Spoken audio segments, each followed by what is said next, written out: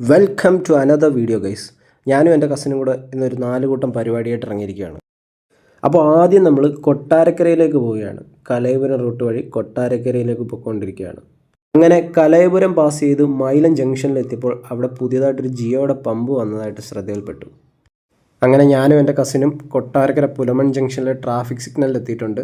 നമുക്ക് ആദ്യത്തെ പരിപാടിയിലേക്ക് കിടക്കാം. അങ്ങനെ ആദ്യത്തെ പരിപാടി കംപ്ലീറ്റ് ചെയ്യാൻ വേണ്ടിയിട്ട് നമ്മൾ കൊട്ടാരക്കര KSRTC കാര്യാലയത്തിലാണ് എത്തിയിരിക്കുന്നത്.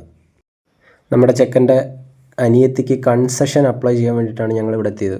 അങ്ങനെ ഞങ്ങൾ അവിടെ നിന്നിറങ്ങി അടുത്ത സ്ഥലത്തേക്ക് പോവുകയാണ്. കൊട്ടാരക്കര താലൂക്ക് ഹോസ്പിറ്റലിന് മുന്നിലുള്ള ശോചനീയമായ ബ്ലോക്കാണ് നിങ്ങൾ ഈ കാണുന്നത്. അശോക് പ്രസ്സിൽ നിന്നും ഒരു സയൻറ്റിഫിക് കാൽക്കുലേറ്റർ അവൻ്റെ അനിയത്തിക്ക് വേണ്ടി വാങ്ങി.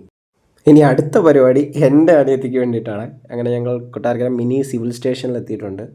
എംപ്ലോയ്മെൻറ്റ് എക്സ്ചേഞ്ചിൽ അവളുടെ ഐഡൻറ്റിറ്റി കാർഡ് പുതുക്കണമായിരുന്നു.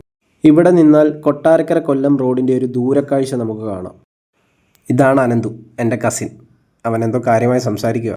അങ്ങനെ അതൊക്കെ കഴിഞ്ഞ് ഞങ്ങൾ തിരിച്ച് വീട്ടിലേക്ക് പോവുകയാണ്. ഇത് കൊട്ടാരക്കര മഹാഗണപതി ക്ഷേത്രം. ഞങ്ങൾ രണ്ടുപേരും കൂടെയുള്ള യാത്രകളെല്ലാം എപ്പോഴും നല്ല അടിപൊളിയാവാറുണ്ട്. അങ്ങനെ ഇന്നത്തെ യാത്ര നമുക്കൊരു ഐസ്ക്രീം കഴിച്ചങ്ങ് അവസാനിപ്പിച്ചാലോ.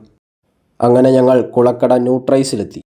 പല വെറൈറ്റി ഓഫ് നല്ല അടിപൊളി ഐസ്ക്രീം ബാർസ് ഇവിടെ അവൈലബിൾ ആണ്.